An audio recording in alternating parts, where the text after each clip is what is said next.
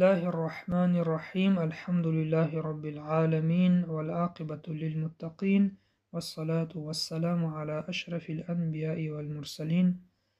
السلام عليكم ورحمة الله وبركاته. درس عقیده را از کتاب فقه اکبر امام ابو حنیفه دوام دهیم. موضوع امروزه احوال قبر.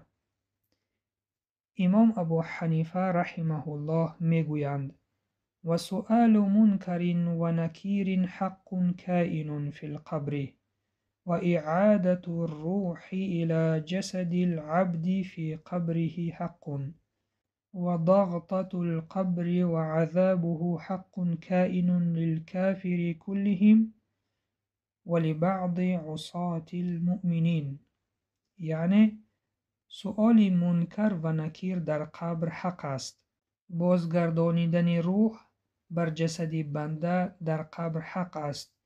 فشار و عذاب قبر برای همه کافران و بعض مسلمانان گناهکار حق است و وجود دارد. اکنون شرح گفته های امام ابو حنیفه رحمه الله را دیده می برایم. امام ابو حنیفه می گویند که در قبر برای سؤال کردن و پرسیدن بنده ها دو ملائکه وظیفه دارند. یکی را نام منکر و دیگری را نکیر گویند که اینها از چهار چیز می پرسند: از رب، از نبی، از دین، از کتاب. اگر در گورستان نیو در جای دیگر مدفون شده باشد شخص، یا در زیر آب است، خلاصه در کجایی که شخص وفات کرده باشد از او پرسیده می شود. سؤال آنها چنین می باشد: رب تو کیست؟ یعنی پروردگار تو کیست؟ دین تو چیست؟ نبی تو کیست؟ و شنیدن این سوال ها حق است و راست است.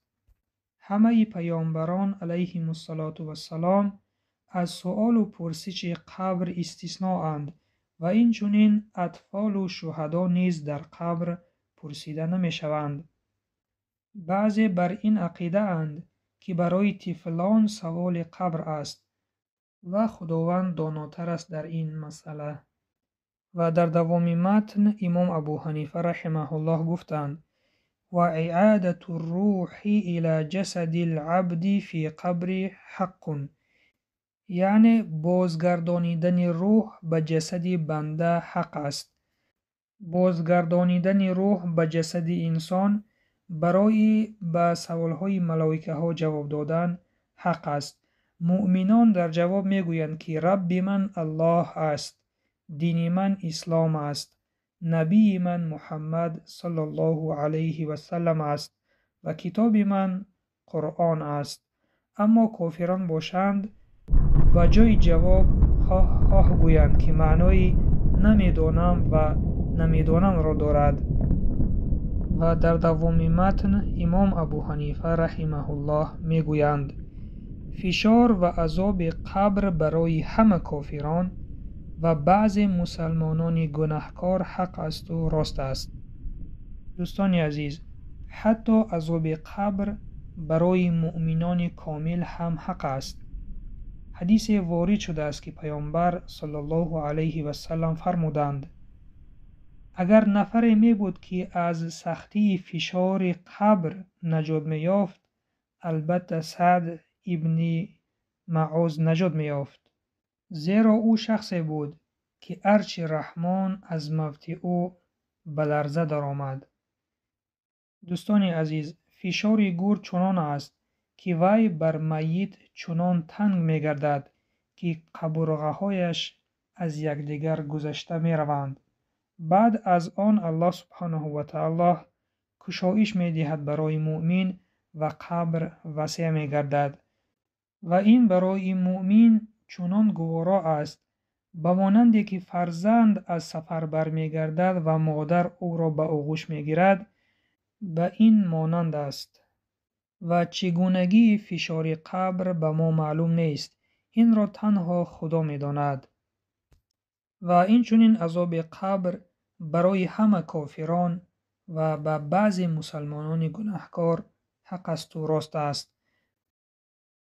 پیامبر اکرم صلی الله علیه و سلم فرمودند: قبر باغی از باغهای جنت و یا چاهی عذاب از چاه‌های عذاب دوزخ است. قبر یکی از اولین منزل‌های آخرت است. اگر انسان از همین نجات یابد، خدا خواهد از دیگرهایش نجات می‌یابد و ما بعد برای او آسانتر است.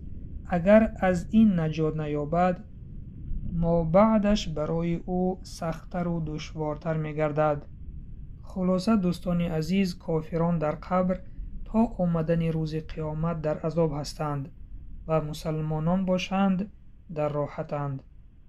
این بود پایان درس امروزه. سبحانك اللهم و بحمدک، نشهد ان لا اله الا انت، نستغفرک و نتوب الیک. و سلام بر آن شخصانی که راه هدایت را پیش گرفتند.